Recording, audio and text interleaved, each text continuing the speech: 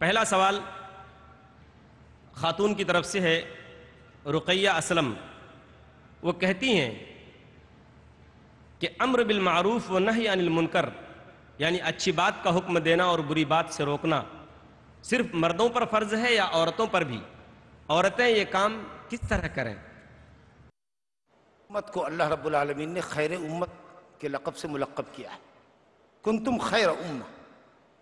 یہ خطاب اگرچہ مذکر کو خطاب ہے یا صیغہ تذکیر سے خطاب ہے، لیکن امت کے اندر عورتیں بھی داخل ہیں، اور وہ بھی افضل اس لیے قرار دی جا رہی ہیں کہ وہ تبلیغ و ارشاد کا کام کریں۔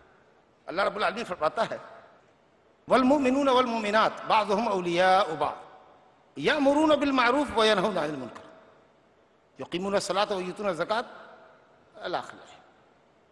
مومن مرد اور مومن عورتیں آپس میں ایک دوسرے کے دوست ہیں، اور دوستی کا سب سے بڑا تقاضا یہ ہے کہ مسلمان مرد مردوں کو اور عورتیں عورتوں کو، یا مسلمان مرد عورتوں کو اور عورتیں بھی حسب حاجت حسب ضرورت باپردہ ہو کر پردے کی اوٹ سے مردوں کو بھلائی کا حکم کر سکتی ہیں، برائی سے روک سکتی ہیں۔ اسی طرح من رأى منکم منکرا، تم میں کا جو کوئی بھی، میں نے بتایا تھا کہ من کلمہ عام ہے، مذکر کو بھی شامل ہے، مؤنث کو بھی شامل ہے، صغیر کو بھی شامل ہے، کبیر کو بھی شامل ہے، اور بڑے عالم کو بھی شامل ہے، اور اس شخص کو بھی شامل ہے جس کو ایک مسئلے کا صحیح علم ہو۔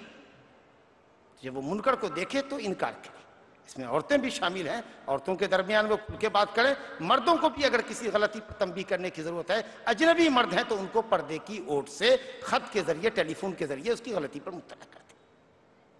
باقی رہا دعوت کے لیے جو عورتوں کے نکلنے کا سلسلہ ہے بغیر محرم کے، یہ سلسلہ صحیح نہیں ہے۔ وہ اپنی قریبات کو، اپنی پڑوسن عورتوں کو، جس حلقے میں وہ رہتی ہیں، جہاں ان کی عزت و آبرو کی حفاظت ہے، شرعی آداب کا لحاظ کر کے وہ مردوں سے بھی خطاب کر سکتی ہے۔ واللہ تعالی اعلم۔ معین الدین